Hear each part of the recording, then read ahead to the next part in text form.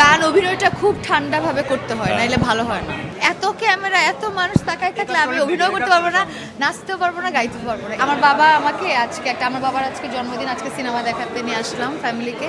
তো আমার বাবা দুইটা কথা বলছে আমাকে যে শুনো, তুমি যে কাজ করতেছো ভালো, সবাই তোমাকে অ্যাপ্রিসিয়েট করতেছে, তোমার পা যাতে মাটিতে থাকে, তুমি রেমুনারেশন বাড়াবা না, সবাই যাতে তোমার সাথে কাজ করতে পারে, এটা আমাকে অ্যাডভাইস দিচ্ছে। আর বলছে যে যেই তোমার সাথে ছবি তুলতে আসবে না কেন বা ভালোবাসা নিয়ে তোমার সাথে মিশতে চাবে কোথাও, তুমি তাকে অবশ্যই যতই বিরক্ত লাগুক, যতই তোমার কষ্ট হোক, তুমি তাদের সাথে কমিউনিকেট করবা।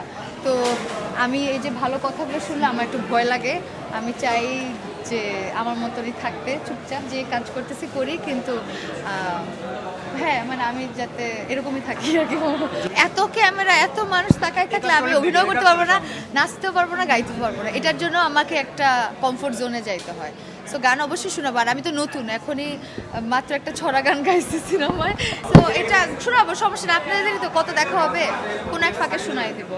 অবশ্যই লাকি আমাদের কলিগরা এত তারা আমাদের সাথে বসে সিনেমাটা দেখেছে এবং সিনেমাটা এনজয় করেছে। এটা তো অবশ্যই আমি আমার সিনিয়র আমি যে মানুষটা আমার সিনিয়র বা তারা আমাদের কাজ দেখে অ্যাপ্রিসিয়েট করতেছে বা ভালো লাগা খারাপ লাগা অনুভূতি শেয়ার করছে, এটা তো একটা ব্লেসিংয়ের মতো। কষ্ট না, আমার তো কষ্ট লাগে না, আমার তো মজা লাগছিল। বাট এই যে একটা সিন আছে, কষ্ট বলতে একটা মোমেন্ট শেয়ার করি।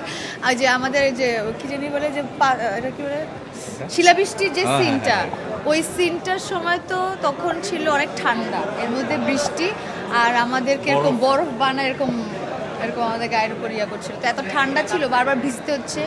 ওইটা করতে করতে একটা টাইমে মনে হয় মানে হুশ টুস হারাই গেছিল মনে হয়, শেষ দিকে নাম হয়ে গেছিল আমার। পুরো আমি অবস্থা খারাপ, মানে খারাপ বলতে তখন এমন এক্সস্টেড এবং এমন জায়গায় গেছিলাম যে তখন আর, বাট এটা কোনো কষ্ট না, মানে প্রতিটা মোমেন্টই ভালো খারাপ আমরা খুবই এনজয় করছি ওই সময়টাতে।